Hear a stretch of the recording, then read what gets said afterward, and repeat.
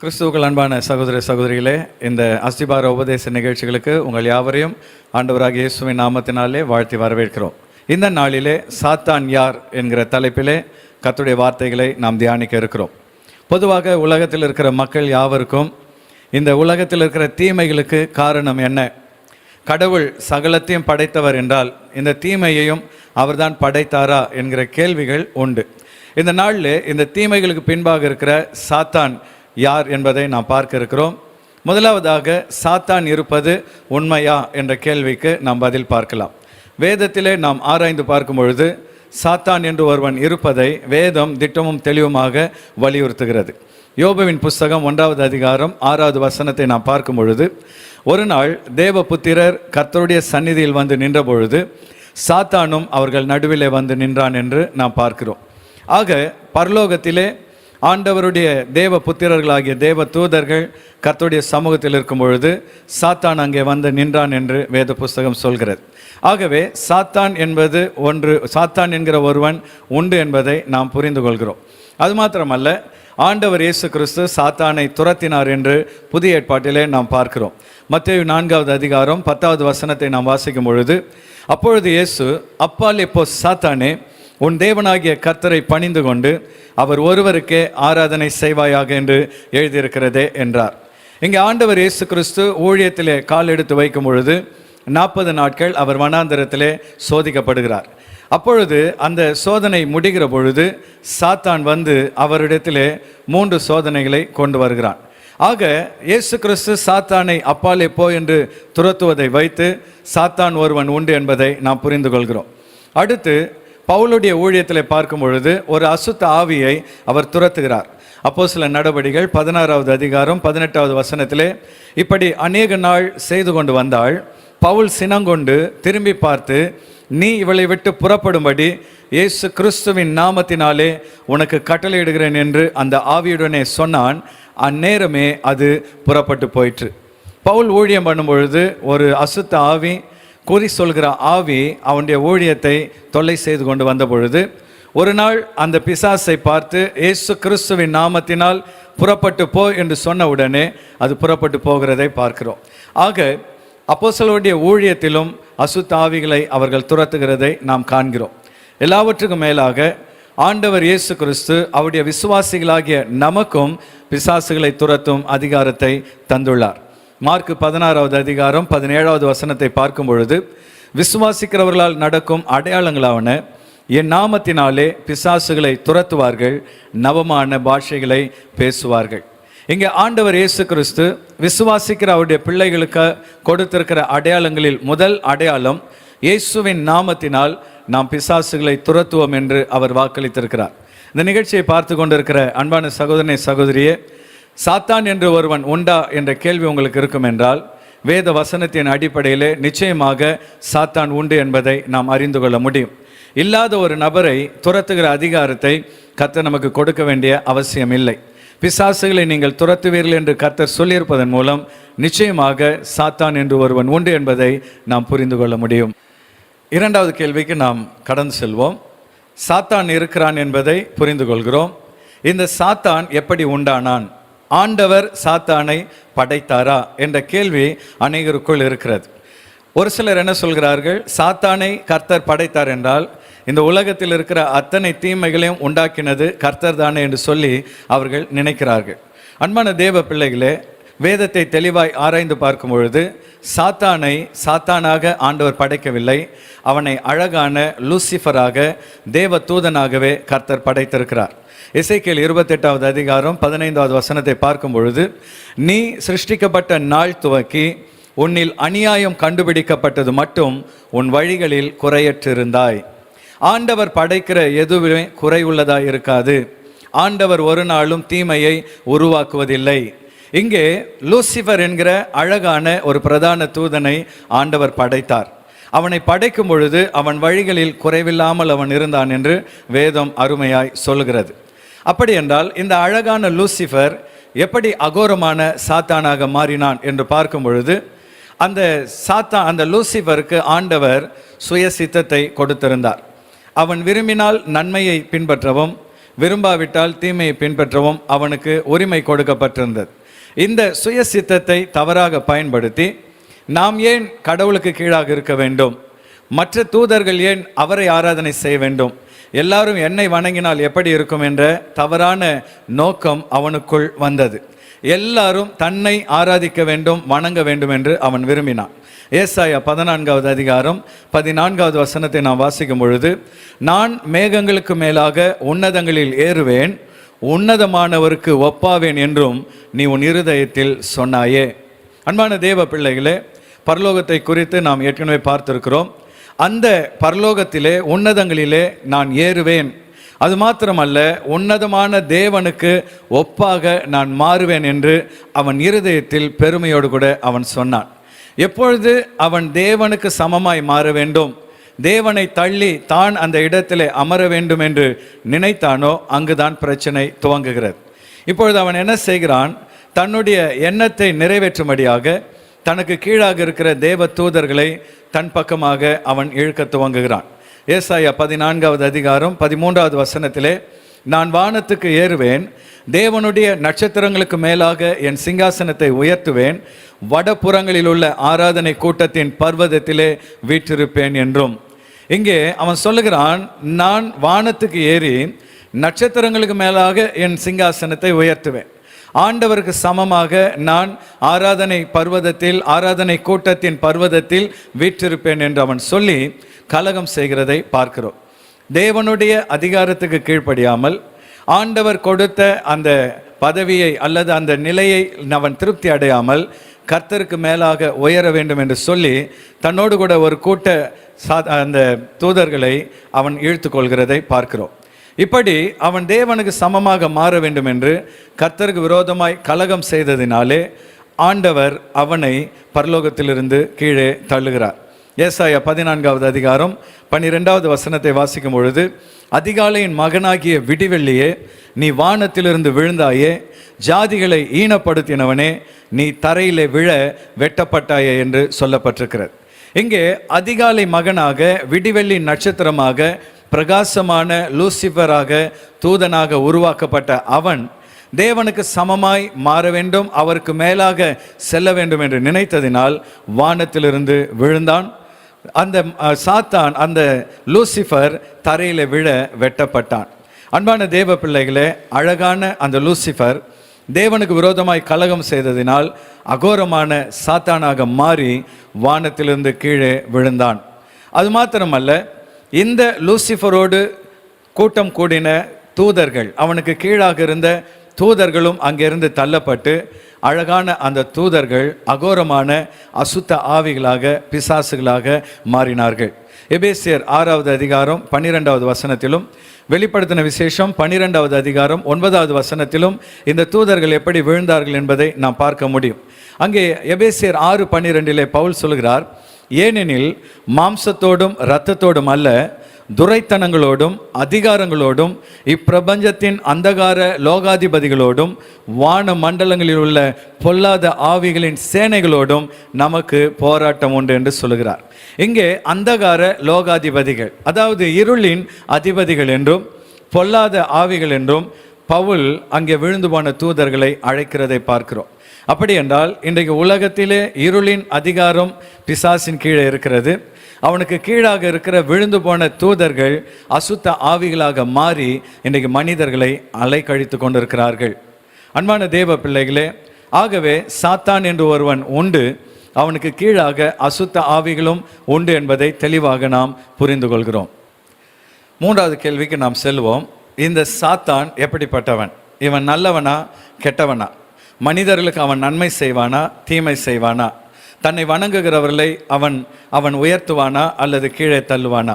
இந்த சாத்தான் எப்படிப்பட்டவன் என்று பார்க்கும் பொழுது, முதலாவதாக சாத்தான் என்பவன் உண்மையான ஒரு நபர். அவன் கற்பனை பாத்திரம் அல்ல. சில படங்களில் வருவது போல அவன் ஒரு விளையாட்டு பாத்திரம் அல்ல, அவன் ஒரு ஜோக்கர் அல்ல, உண்மையான ஒரு நபர் என்பதை புரிந்து கொள்ள வேண்டும். நாம் ஏற்கனவே வாசித்த யோபு புஸ்தகம் 1வது அதிகாரத்திலே 7வது வசனத்தில் கர்த்தர் சாத்தானை பார்த்து, நீ எங்கே இருந்து வருகிறாய் என்றார். சாத்தான் கர்த்தருக்கு பிரதியுத்தரமாக, பூமி எங்கும் உலாவி அதில் சுற்றி திரிந்து வருகிறேன் என்றான். இங்கே சாத்தானை பார்த்து ஆண்டவர் கேள்வி கேட்கிறார், அவனும் பதில் சொல்கிறான்.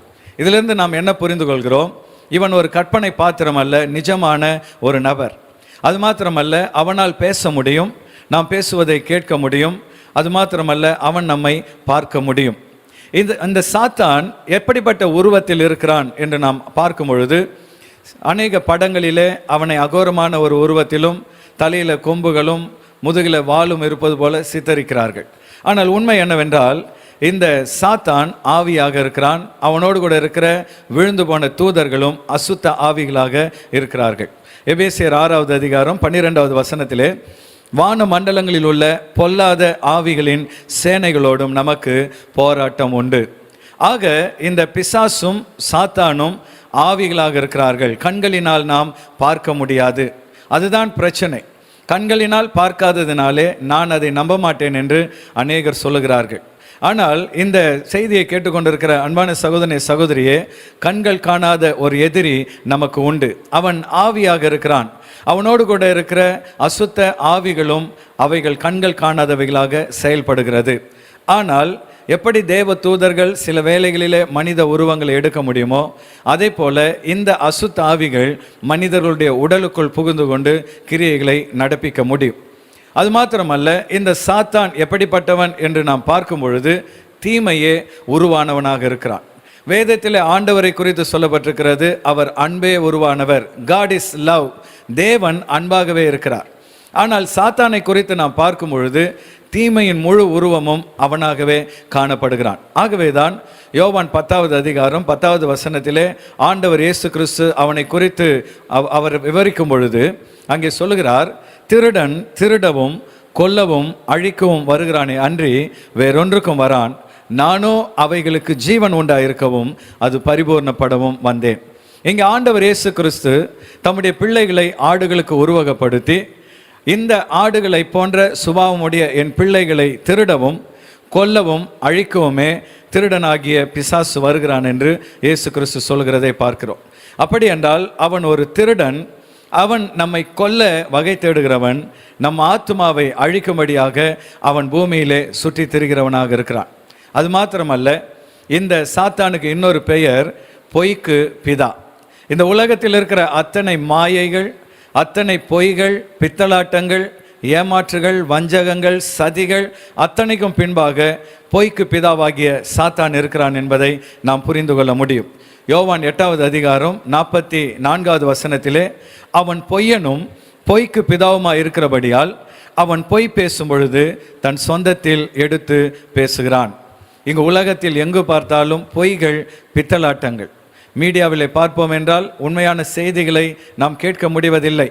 அநேக வேளைகளிலே நாம் நம்புகிற மனிதர்கள் பொய் சொல்லி ஏமாற்றுகிறார்கள். வஞ்சகங்கள் உலகத்திலே பெருகி கொண்டிருக்கிறது. ஏமாற்றுகள் இந்த உலகத்தில் அதிகமாகி கொண்டிருக்கிறது. இவைகளுக்கு பின்பாக பொய்க்கு பிதாவாகிய இந்த சாத்தான் இருக்கிறான் என்பதை தெளிவாக புரிந்து கொள்ள வேண்டும்.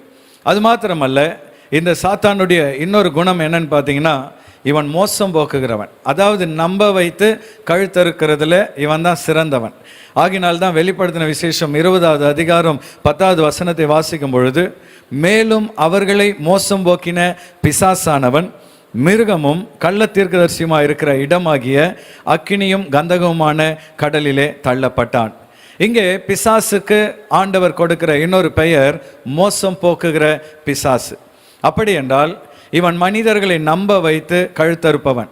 அவனை வணங்குகிறவர்களை கூட, அவனை நம்புகிறவர்களை கூட அவன் மோசம் போக்கி அவர்களை ஏமாற்றுகிறவன் என்பதை தெளிவாய் புரிந்து கொள்ள வேண்டும். இந்த நாளிலே அன்பான தேவ பிள்ளைகளே, ஆண்டவர் ஒரு நாளும் நமக்கு ஏமாற்ற மாட்டார், நம்மை ஒரு நாளும் வஞ்சிக்க மாட்டார். ஆனால் பிசாசானவன் நம்மை ஏமாற்றுகிறவன், வஞ்சிக்கிறவன் என்பதை தெளிவாக நாம் புரிந்து கொள்ள வேண்டும். 4வது கேள்விக்கு நாம் கடந்து செல்வோம். சாத்தானுடைய செயல்பாடுகள் என்ன? What is the activity of the Satan? இந்த சாத்தான் எப்படிப்பட்ட கிரியைகளை நம்முடைய வாழ்க்கையில் நடப்பிக்கிறான் என்பதை நாம் தெளிவாக புரிந்து கொள்ள வேண்டும். முதலாவதாக, சாத்தானுடைய பிரதான நோக்கம் மனித குலத்தை அழிக்க வேண்டும். இந்த மனித குலத்தில் எங்கெங்கெல்லாம் அழிவுகள் நடக்கிறதோ, எங்கெல்லாம் மரணங்கள், கொள்ளை நோய்கள், பட்டயங்கள், பஞ்சயங்கள் வருகிறதோ, அவைகளுக்கு பின்பாக சாத்தானுடைய கிரியைகள் இருக்கிறது என்பதை தெளிவாக புரிந்து கொள்ள வேண்டும். அதனால்தான் ஆண்டவர் இயேசு கிறிஸ்து யோவான் 10:10 திருடன் திருடவும் கொல்லவும் அழிக்கவும் வருகிறானே அன்றி வேறொன்றுக்கும் வரான். இவனுடைய நோக்கமே மனித குலத்தை தேவனிடமிருந்து திருட வேண்டும், மனித குலத்தை கொல்ல வேண்டும், அவர்களை நரகத்திலே நித்தியமாக அழிக்க வேண்டும். அப்படிப்பட்ட கொடூரமான நோக்கத்தை உடைய வஞ்சகனாக சாத்தான் இருக்கிறான். அது மாத்திரமல்ல, இந்த சாத்தான் கண்களுக்கு தெரியாத ஒரு ஆவியாக இருப்பதினாலே மனிதர்களுடைய மனதிலே சந்தேகத்தை விதைக்கிறான். ஆதியாகமம் 3வது அதிகாரம் 1வது வசனத்திலே முதல் மனிதனையும் மனுஷியும் குறித்து நாம் பார்க்கிறோம். அவர்களுக்கு ஆண்டவர் எத்தனையோ நன்மைகளை செய்து ஏதேன் தோட்டத்திலே அவர்களை வைத்திருக்கிறார். அங்கே அவர்களுக்கு சுய சித்தத்தை கொடுத்து நன்மை தீமை அறியத்தக்க கனியையும் அது மாத்திரமல்ல நித்தியமாய் வாழக்கூடிய ஜீவ விருட்சத்தையும் கர்த்தர் வைத்தார். ஆனால் இங்கே இந்த மனித குலத்தை சாத்தான் வஞ்சிக்கிறதை நாம் பார்க்கிறோம். ஆதியாகமம் 3வது அதிகாரம் 1வது வசனத்தில் பார்ப்பீர்கள் என்றால், தேவனாகிய கர்த்தர் உண்டாக்கின சகல காட்டு ஜீவன்களை பார்க்கிலும் சர்வமானது தந்திரம் உள்ளதாயிருந்தது. இங்கே இந்த சாத்தான் சர்பத்துக்குள் புகுந்து மிகவும் தந்திரமாக மனிதர்களை வஞ்சிக்கிறான். அந்த சர்வம் அந்த ஸ்திரீயாகிய ஏவாளிடத்திலே போய் சொன்னதாம், அது ஸ்திரீயை நோக்கி, நீங்கள் தோட்டத்தில் உள்ள சகல விருட்சங்களின் கனியையும் புசிக்க வேண்டாம் என்று தேவன் சொன்னது உண்டோ? அங்கே ஏவாளை அது வஞ்சிக்கிறது. இந்த தோட்டத்தில் இருக்கிற எல்லா கனியையும் சகல விருட்சங்களின் கனியையும் புசிக்க வேண்டாம் என்று ஆண்டவர் சொன்னாரா என்று சொல்லி அவருடைய நோக்கத்தை அங்கே அவன் சந்தேகத்துக்குள்ளாக்குகிறான். அங்கே ஏவாள் சகல கனிகளையும் புசிக்கலாம், நன்மை தீமை அறியத்தக்க கனியை புசிக்க வேண்டாம், அதை புசிக்கிற நாளில் நாங்கள் சாகவே சாவோம் என்று அவள் சொன்ன பொழுது சாத்தான் சொல்லுகிறான், இல்லை, கர்த்தர் உன்னிடத்தில் பொய் சொல்லிவிட்டார், அதை புசிக்கிற நாளில் நீங்கள் சாகவே சாவதில்லை என்று சொல்லி தைரியமாக ஒரு பொய்யை சொல்லி அவர்களை ஏமாற்றுகிறான். அது மாத்திரமல்ல, இன்னொரு பொய்யை சொல்லுகிறான், நீங்கள் அதை எப்பொழுது புசிக்கிறீர்களோ அப்பொழுது தேவர்களைப் போல மாறுவீர்கள். இந்த பிசாசு எப்படி தேவனுக்கு ஒப்பாக மாற வேண்டும் என்று நினைத்தானோ அதே எண்ணத்தை இப்பொழுது மனித குலத்தின் உள்ளத்திலே அவன் வைக்கிறான். நீ தேவனாக மாறுவாய், தேவனுக்கு ஒப்பாக மாறுவாய் என்று சொல்லி மனித குலத்திலே சந்தேகத்தை விதைக்கிறான். அப்படித்தான் அவன் மனித குலத்தை கடவுளை விட்டு பிரிக்கிறான். இப்பொழுது பிசாசானவன் என்ன செய்கிறான்? தேவன் நல்லவர் என்பதை மறைத்து மனிதனுடைய மனக்கண்களை குருடாக்கி விடுகிறான். 2 கொரிந்தியர் 4வது அதிகாரம் 4வது வசனத்தை நாம் பார்க்கும் பொழுது, தேவனுடைய சாயலாக இருக்கிற கிறிஸ்துவின் மகிமையின் சுவிசேஷத்தின் ஒளி அவிசுவாசிகளாகிய அவர்களுக்கு பிரகாசமாக இராதபடிக்கு இப்பிரபஞ்சத்தின் தேவனானவன் அவளுடைய மனதை குருடாக்கினான். அன்பான தேவ பிள்ளைகளே, ஆண்டவர் இயேசு கிறிஸ்து நல்லவர், அவர் மனிதனை நேசிக்கிறார். அதற்காகவே அவர் இந்த பூமியில மனிதனாக பிறந்து மனிதனுடைய பாடுகள் எல்லாம் கடந்து மனிதனை மீட்கும்படியாக தம்முடைய இரத்தத்தை சிந்தினார், மனிதனுக்காகவே மரித்தார், உயிரோடு எழுந்தார். அவரை விசுவாசிக்கிறவர்களுக்கு நித்திய ஜீவனை, மோட்சத்தை, முக்தியை அருளுவார் என்ற நல்ல செய்தியை நாம் சொல்லும் பொழுது அதை ஏற்றுக்கொள்ள முடியாதபடி மனிதருடைய மனக்கண்களை சத்துரு குருடாக்கி வைத்திருக்கிறான். அநேகர் என்ன சொல்கிறார்கள்? கிறிஸ்தவர்களாகிய நீங்கள் வெளிநாட்டிலிருந்து பணத்தை வாங்கி கொண்டு எங்களை மதம் மாற்றுகிறீர்கள் என்று சொல்கிறார்கள். அது மாத்திரமல்ல, அவர்கள் இந்த சுவிசேஷத்தை ஏற்றுக்கொள்ளாமல் இருப்பது மாத்திரமல்ல, இதை நாம் அறிவிக்காதபடி பல விதங்களில் எதிர்க்கிறார்கள். இந்த சத்தியத்தை கேட்டுக்கொண்டிருக்கிற அன்பான சகோதரனை சகோதரியே, பொல்லாத பிசாசானவன் ஜனங்களின் மனக்கண்களை குருடாக்குகிறான். ஆனால் ஆண்டவர் இயேசு கிறிஸ்துவோ நமக்கு பிரகாசமான மனக்கண்களை தருகிற தேவனாக இருக்கிறார். அது மாத்திரமல்ல, இந்த பிசாசினுடைய இன்னொரு முக்கியமான செயல்பாடு, அவன் காணாத அசுத்த ஆவியாக இருப்பதினால் மனிதர்களுடைய சரீரத்துக்குள் புகுந்து அவர்களை பல விதங்களிலே வேதனைப்படுத்துகிறான். யோபு 2வது அதிகாரம் 7வது வசனத்திலே பார்க்கும் பொழுது, யோபுவின் உச்சன் தலைமுதல் உள்ளங்கால் வரை பலவிதமான வேதனைகளை அவன் கொண்டு வருகிறான்.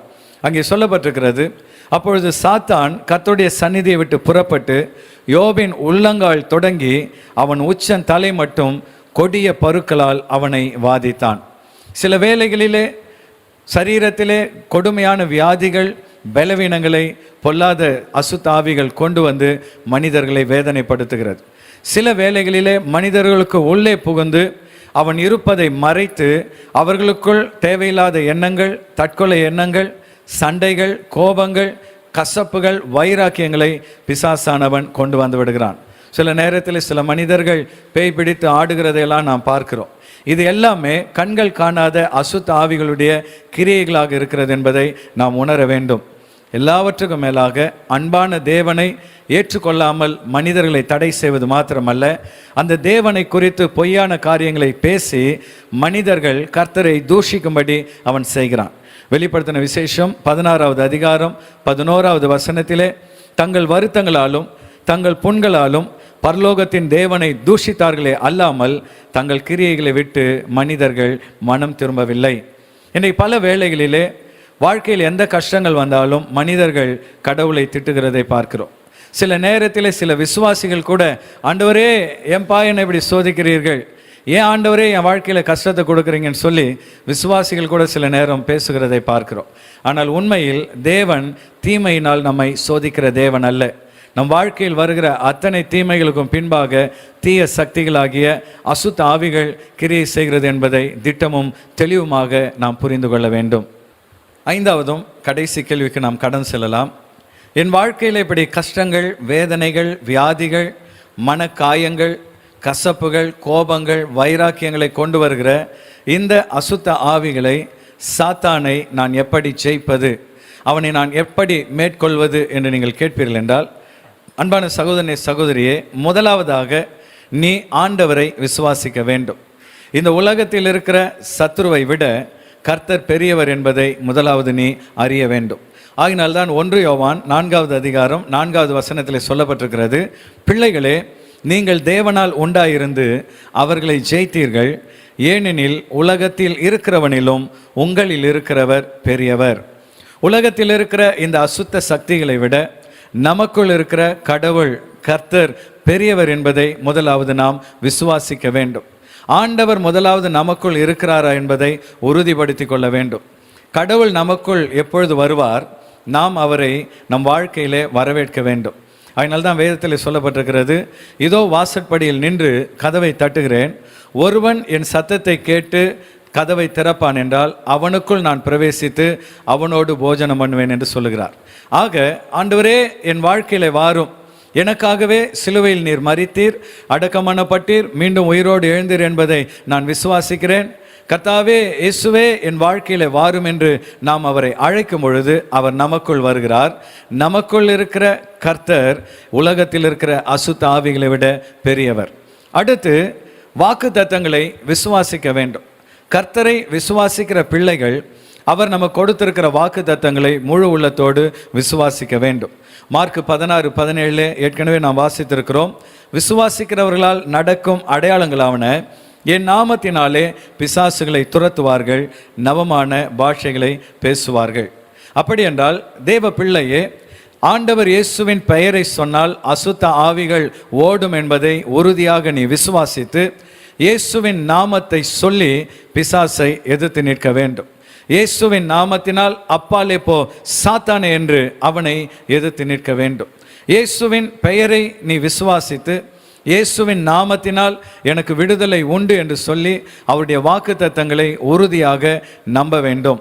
அது மாத்திரமல்ல, சில வேளைகளிலே சில பிசாசுகள் நம் வாழ்க்கையில் வேதனைகளை கொண்டு வரும் பொழுது உபவாசித்து ஜெபிக்க வேண்டும் என்று வேதம் ஆலோசனை சொல்லுகிறது.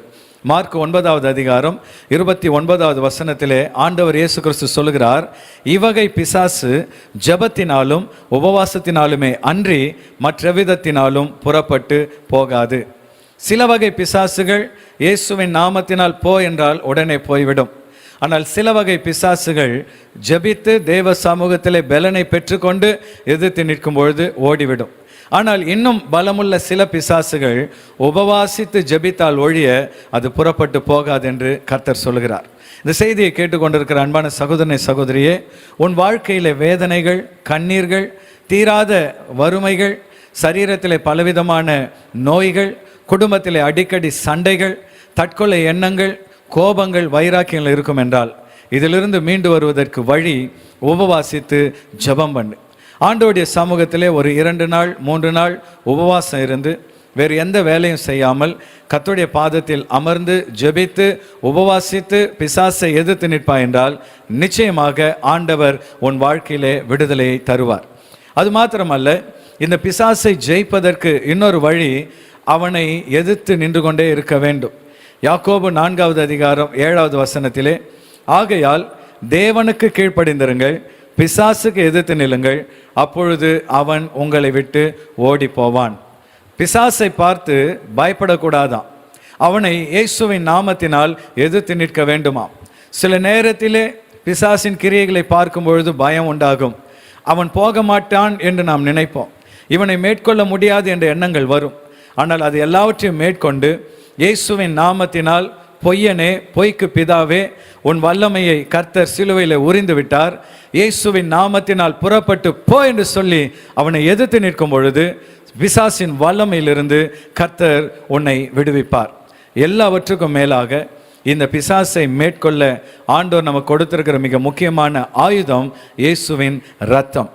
வெளிப்படுத்தின விசேஷம் 12வது அதிகாரம் 11வது வசனத்தில் நாம் பார்க்கும் பொழுது, மரணம் நேரிடுகிறதா இருந்தாலும் அதற்கு தப்பும்படி தங்கள் ஜீவனையும் பாராமல் ஆட்டுக்குட்டியின் இரத்தத்தினாலும் தங்கள் சாட்சியின் வசனத்தினாலும் அவனை ஜெயித்தார்கள்.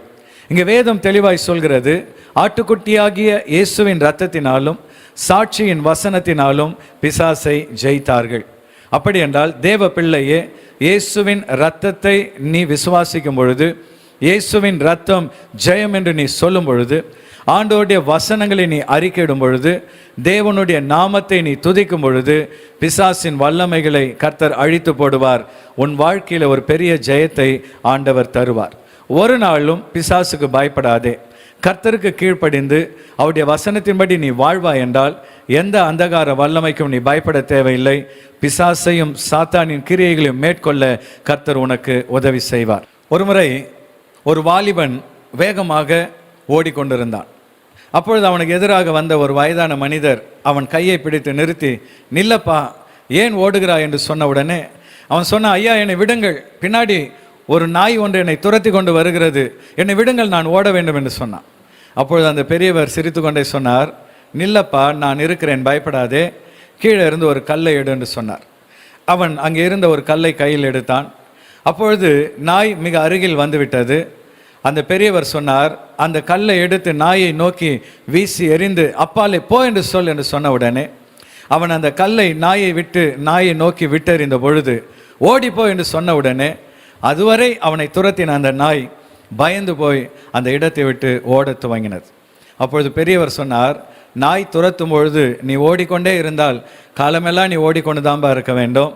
நாய் துரத்தும் பொழுது தைரியமாய் நின்று கையில் கல்லை எடுத்து அதை நீ விரட்டுவாய் என்றால் அது உன்னை விட்டு ஓடிவிடும் என்று சொன்னார். அன்பான சகோதரனே, சகோதரியே, இந்த உலகத்திலே தீமைகள், பொய்கள், வியாதிகள், வறுமைகள், கஷ்டங்கள், கவலைகள் நம்மை துரத்தும் பொழுது அதற்கு பின்பாக அசுத்த ஆவிகள் இருக்கிறது என்பதை உணர்ந்து நீ இயேசுவின் நாமத்தை கையில் எடுப்பாய் என்றால், விசுவாசத்தோடு கூட ஜபத்திலே உபவாசத்திலே தரித்திருப்பாய் என்றால், உன் வாழ்க்கையிலே சத்துருவை எதிர்த்து நிற்பாய் என்றால் நிச்சயமாக அவன் உன்னை விட்டும் உன் குடும்பத்தை விட்டும் ஓடி போவான் என்பதிலே எந்த சந்தேகமும் இல்லை. இந்த நாளிலே பலவித வேதனைகள், வருத்தங்கள், கஷ்டங்கள், பாடுகளோடு இந்த செய்தியை கேட்டுக்கொண்டிருப்பீர்கள் என்றால் கர்த்தர் நிச்சயமாய் உங்களை விடுவிப்பார். பிசாசுக்கு எதிர்த்து நில்லுங்கள், தேவனுக்கு கீழ்ப்படியுங்கள், கர்த்தர் உங்களை ஆசீர்வதித்து உயர்த்துவார். கண்களை மூடி நம்மை அர்ப்பணித்து நாம் ஜெபிக்கலாம். எங்கள் மகா பரிசுத்தமுள்ள நல்ல ஆண்டவரே, இந்த நாளிலே கூட சாத்தான் யார் என்பதை அறிந்து கொள்ள கிருபை கொடுத்தீர். அவன் எப்படிப்பட்டவன் என்பதை வேதத்திலிருந்து புரிந்து கொண்டோம். அவனுடைய நோக்கம் என்ன, மனுக்குலத்தை அவன் ஏன் வேதனைப்படுத்துகிறான் என்பதை அறிந்து கொண்டோம்.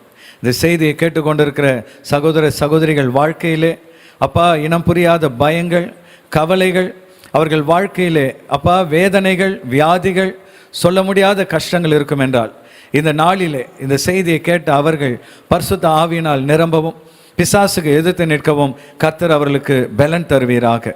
இந்த நாட்களில் உபவாசித்து ஜெபிக்க கிருபை தருவீராக. கர்த்தருக்கு கீழ்ப்படியவும் பிசாசுக்கு எதிர்த்து நிற்கவும் அவர்களுக்கு கற்றுத்தருவீராக. இயேசுவின் நாமத்தினாலும் இயேசுவின் இரத்தத்தினாலும் சாட்சியின் வசனத்தினாலும் அவனை ஜெயிக்கத்தக்கதாக கர்த்தர் அவர்களை ஜெய வீரர்களாக மாற்றுவீராக. உம்முடைய ஊழியனாக ஆசீர்வதிக்கிறேன். கர்த்தர் தொடர்ந்து உம்முடைய ஆசீர்வாதத்தையும் சமாதானத்தையும் கிருபையும் பலனையும் உம்முடைய பிள்ளைகள் ஒவ்வொருவருக்கும் கட்டளையிடுவீராக. இயேசுவின் நாமத்தினால் ஜெபிக்கிறோம் எங்கள் நல்ல பிதாவே. ஆமென், ஆமென்.